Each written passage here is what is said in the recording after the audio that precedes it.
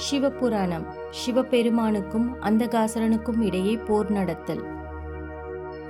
சுக்கிராச்சாரியாரின் இந்த தந்திரத்தால் தேவர்களின் எண்ணிக்கையும் அவர்களின் வலிமையும் குறைந்து கொண்டே இருந்தது. இதை எப்படியாவது தடுத்தாக வேண்டும் என எண்ணிய தேவேந்திரன் தனது மாய வித்தைகளை பயன்படுத்த தொடங்கினார். அதாவது அந்தகாசுரனை அவ்விடம் விட்டு அகற்றி சுக்கிராச்சாரியாரை மது அருந்த செய்வதே அவரது எண்ணமாகும். அந்தகாசுரனின் சேனாதிபதியான விசுசன் ஒரு பெரிய சேனையுடன் சென்று தேவியுடன் இருந்த தேவர்களையும் அவர்களுக்கு பாதுகாப்பாக இருந்த சக்திகளையும் தாக்கத் தொடங்கினார். அவர்களின் தாக்குதல் எல்லை மீறவே விசுசன் தனது சுயரூபமான ஒரு பெரிய பாம்பாக அனைவரையும் தாக்கத் தொடங்கி அவர்களை விழுங்கவும் செய்தான். தேவியின் ஆபத்தை உணர்ந்த முனிவரான சிவபெருமான் தன்னிடம் கோப அனலுடன் கரங்களில் இருந்த அம்பினால் விசுசனை கொன்றார். தேவேந்திரனுடன் வந்த சில தேவர்கள் அவர்களை தாக்க முற்படுவது போல் அந்தகாசுரனின் கவனத்தையும் திசை திருப்பினார்கள். மற்ற தேவர்கள் பெண் ரூபம் கொண்டு மது கிண்ணத்தை சுக்கிராச்சாரியாரிடம் அளித்தனர். மாதுகள் ரூபம் கொண்ட தேவர்கள் கொடுத்த மதுவை பருகியதும் சுக்கிராச்சாரியார் மயக்கமுற்றார். மயக்கம் அடைந்த சுக்கிராச்சாரியரை தனது திவ்ய பலத்தால் கனியாக மாற்றினார். அந்தகாசுரனை தாக்கி அவன் கவனத்தை திசை திருப்பிய தேவர்கள் அவ்விடம் விட்டு அகன்றனர். நிகழ்வது யாது என அறிவதற்குள் இது தேவர்களின் சதியே என்பதனை உணர்ந்த அந்தகாசுரன் தனது குருவை காண சென்றான். ஆனால் குரு அவ்விடம் இல்லாததை அறிந்து இனி என்ன செய்வேன் என்று எண்ண தொடங்கினான்.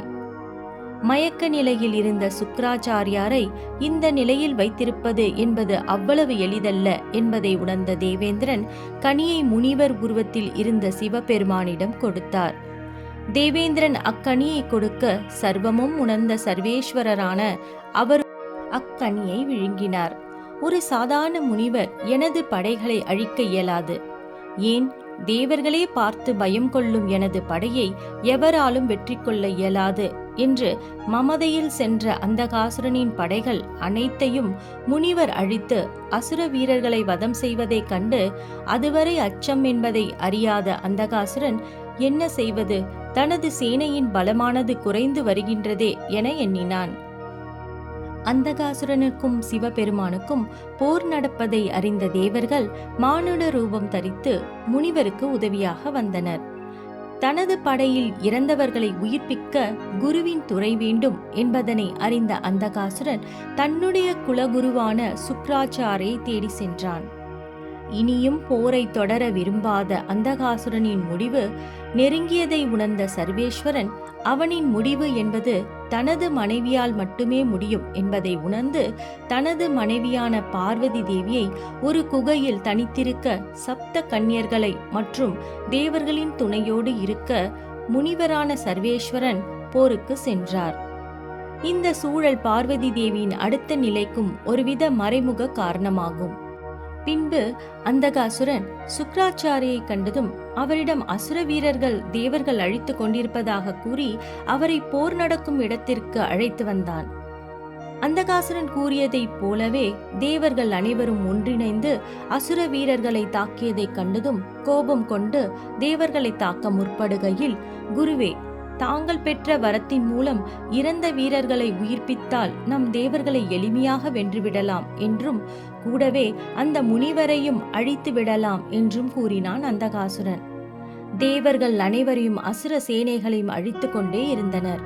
இருப்பினும் அசுர வீரர்கள் வந்து கொண்டே இருப்பதை அறிந்த தேவேந்திரன் இதில் அந்தகாசுரன் ஏதோ சூழ்ச்சி செய்து கொண்டிருப்பதாக உணர்ந்தார். முனிவரின் துணைவி தனியாக குகையில் இருப்பதை அந்தகாசுரன் ஒற்றர் மூலம் அறிந்தான். இதுவே சரியான தருணம் என எண்ணி அவ்விடத்தை அடைய முற்பட்டான். ஆனால் தான் சுக்கிராச்சாரியாருடன் இருப்பதே முக்கியம் என்பதை அறிந்ததும் தனது சேனாதிபதியான விசுசனை அனுப்பி முனிவரின் துணைவியை கவர்ந்து வர ஆணையிட்டான். அந்தகாசுரனின் சூழ்ச்சியை முறியடிக்க தேவேந்திரன் சில தேவருடன் அந்தகாசுரனை தேடி சென்றார். அங்கு அசுரகுரு எம் பெருமானிடம் பெற்ற சஞ்சீவினி மந்திர சக்தியால் இறந்த அசுர வீரர்களுக்கு உயிரளித்து மீண்டும் போருக்கு அனுப்பி கொண்டிருந்தார். ஓம் நம சிவாய.